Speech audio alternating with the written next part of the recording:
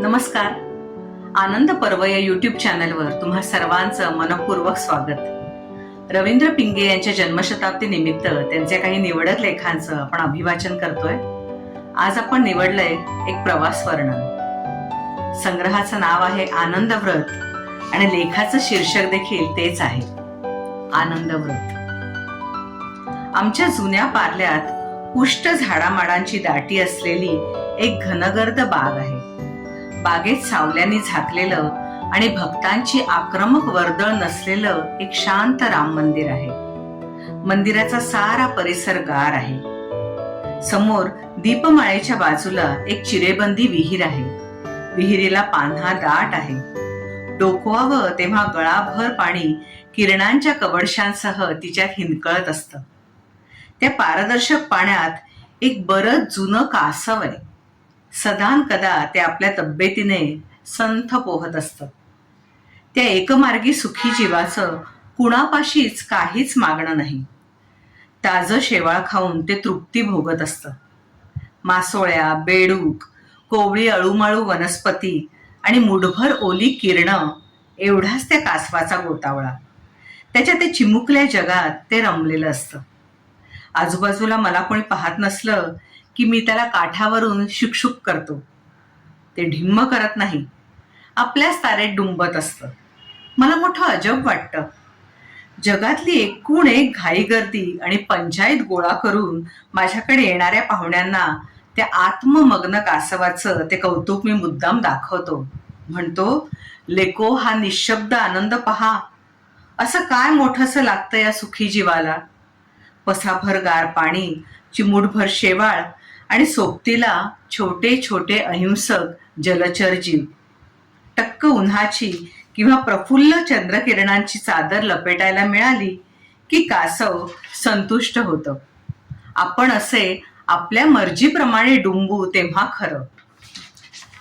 मंडळी बोलणं हसण्यावारे नेतात. मीही नेल्यासारखं दाखवतो. पण बहाणा तो बहाणाच. पाहुण्यांच्या पाठी वळतात आणि माझं सोंग गळपटतं. मी पुन्हा विहिरीत डोकवतो. कासव तिथे सुखात चारा पाणी करत पोहत असतं. मी दिवसभर माझ्याच व्यापात असतो. माझी धावपळ चालू असते आणि राम मंदिराच्या थंड विहिरीत ते कासव तिथे चारा पाणी करत यथेच्छ पोहत असतं. हळूहळू एका कासवाची 2 कासवं होतात. पैकी एक कासव विहिरीतच डुंबत राहतं. दुसरं कासव माझ्या मनात अलगद उतरतं, कब्जा घेतं आणि चक्क पोहायला सुरुवात करतं. सांगतं, आता आवर की दुकानाच्या फळ्या. पोटापुरती गिराईकी झालीये तुझी. बेटा, असं कुठवर ताटकळत बसणार तू अंधार पडेपर्यंत? एकदा का अंधार जमायला लागला की पुढे सगळाच अंधारच अंधार लागतो. सावध हो, बाहेर छान उजाडलंय. चल, आपण जरा पाय मोकळे करूया. मला पटतं. मनात पोहणाऱ्या कासवाचं बोट धरून मी प्रकाशाला सामोरा होतो. निरपेक्ष भटकण्यासारखा मोक्ष नाही. आपण मुहूर्त वगैरे न बघता बाहेर पडावं हेच बरं. सूर्यास्त झालेला होता. सरपटत गेलेल्या डोंगरमाळेचा हिरवा तक्क्या संधी प्रकाशात काळपट भासू लागला. डोंगर माथ्यावरल्या बौद्ध गुंफा काळोखाच्या कोठड्या झालेल्या दिसत होत्या. तळातल्या देवघर गावात दिवे लागण नुकतीच प्रज्वलित होत होती. लोहगड, विसापूर, तुंग वगैरे सभोवतालचे पहाऱ्याचे गड अंधुक होत होत काळ्या सावळ्या क्षितिजात विरघळून गेले होते. त्यांची नाव निशाणी सुद्धा दिसत नव्हती. साखर पठाराच्या वर दूर आभाळात एखाद दुसरं नक्षत्राचं फूल उमलत होतं. डोंगर उतरून यात्रेकरू सडकेला लागले होते. अशा संमिश्र वेळी मी नेमका पायथ्याला. अशा आडवेळी कुणी कडा चढत नाहीत. पहाडातल्या देवीच्या दर्शन सुखाचा लाहो फडफडीत सूर्यप्रकाशात केव्हाही घेतात. मला विचार पडला, काय करावं. पहाडातल्या देवीचं माहेर पायथ्याच्या देवघर या गावात आहे. तिथेच तिच्या वास्तूला नमस्कार करून माघारी वळावं की काळोखात लुप्त होत चाललेली संधी प्रकाशातली डोंगरवाट तोडवण्याचं क्वचित कुठे भेटणारं सुख कनवटीला लावून एका अनोख्या अनुभवाचं संपन्न धनी व्हावं? तशी वाट अगदी सोपी. पायऱ्या नीट बांधलेल्या, कडाही जेमतेम 500 फूट उंच असेल नसेल. म्हणजे पायथ्याच्या झाडीतले पारवे एका झेपेत मंदिराच्या पटांगणातल्या झाडांवरच्या शेंगा फोडून माघारी वळत असतील. तेव्हा ही चढण काही फार नव्हे. प्रश्न फक्त एकच होता, ऐन अंधारात वर गेल्यावर काय करायचं? नुसता आभाळ भरून वाहणारा गच्च काळोख निरखायचा? मिट्ट काळोखाचा डोह झालेलं इंद्रायणीचं खोरं डोळे भरून उंचावरून पाहायचं? पुन्हा राम मंदिरातलं ते सुखी कासव आठवलं. त्याचं यथेच्छ पोहणं आठवलं. निर्णय घेतला, डोंगर चढून जायचं. डोंगर माथा. बाजूला 2 सहस्त्र वर्षांपूर्वीच्या बौद्ध लेण्यांची काळोखानं तुडुंब भरलेली रिकामी दालनं आहेत. घोरपडी आणि वटवाघळं ह्यांच्या सुखैनैव वहिवाट असलेल्या त्या अभ्यासिकांमध्ये एकेकाळी मुमुक्षु बौद्ध भिक्षूंची व्रती वस्ती होती. आता सुन्न शुकशुकाट आहे. अख्ख्या आसमंतातच काळोखाचा मळवट भरलेला आहे. गुंफांच्या ऐसपैस अंगणात निसरड्या छपरांचं अगदी छोटंसं बैठं घर आहे. राजमहालाच्या बाहेर पहाऱ्याची देवडी असावी तसं. तेच पहाड निवासिनी सती एकवीरा मातेचं एकाकी मंदिर. मंदिराच्या आसपास चिटपाखरू नव्हतं. आत 2 घामेजलेले पुजारी देवीजवळ फुलं वेचित होते. कोपऱ्यातल्या अगडबंब नगाऱ्याजवळ एक याचनार्थी वृद्ध सेवक ताटकळत उभा होता. त्याची अन्नान्न दशा स्पष्ट दिसत होती. देवीचं मुखमंडल चंद्रबिंबासारखं प्रसन्न होतं. नजर रेशमी वाटली. देव देवता असोत नाहीतर माणसं असोत, अशा विमल नेत्रांचे धनी फक्त मायेचाच वर्षाव करू शकतात. सांभाळून घेणं हेच त्यांचं काम. एकवीरा म्हणजे जिच्या पोटी परशुरामासारखा फक्त एकच एक वीरपुत्र जन्मला, अशी जमदग्नी ऋषींची चारित्र्य संपन्न पत्नी रेणुका. कृष्णेच्या दक्षिणेला तिला यल्लम्मा देवी म्हणतात. हिच्या पायांपाशी प्रज्ञावान पंडित मौसूद झाले. संत कवी एकनाथांची ही कुलदेवता. भागवत लिहिताना त्यांनी पहिला नमस्कार हिला केला. विष्णुदास कवींची आणि कवींद्र परमानंदांची ही कुलदेवता. राम गणेश गडकऱ्यांचीही, कदाचित कान्होजी आंग्र्यांचीही असावी. शिल्पकार म्हात्र्यांचीही असेल. हिच्या नावाच्या व्युत्पत्तीचा पंडितांनी कीस पाडलाय. ते म्हणतात ही देवता मूळ कर्नाटकातली. तिथं तिला अक्का अव्वेयार म्हणजे पूजनीय माता म्हणतात. एकवीरा हा अक्का अव्वेयारचा अपभ्रंश. डॉक्टर केतकर हिच्यासमोर थबकले. त्यांनी हिच्या मूर्तीचं शास्त्रशुद्ध कालमापन केलं.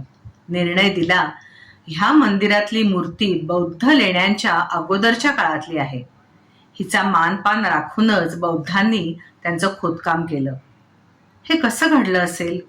बौद्ध परम अहिंसक आणि लेण्यांच्या दरवाजातली ही पहारेकरी देवता तिखट नैवेद्याची भोगती. पण सांगतात की ह्या मातेला कोहळ्यांचाही शाकाहारी नैवेद्य रुचतो. ह्यावर बौद्धांचं काय म्हणणं असणार? त्यांनी फक्त हिच्या समोर हात जोडले असणार. माझं लक्ष वेधण्यासाठी नगारेवाल्याने नगाऱ्यावर थाप मारली. मी ओळखलं. त्याच्या हातावर एक नाणं टेकवलं. कृतज्ञतेची एक झुळूक त्याच्या सुरकुतलेल्या गरीब चेहऱ्यावरून झर्क निघून गेलेली मला त्या निमंधारातही दिसली. गुरुवाला विचारलं, देवीचा हा मुखवटा केव्हा उतरवतात? तो म्हणाला, आता 1 मिनिटात छोटी आरती होईल, मग पुढच्या मिनिटाला मुखवटा उतरवणार.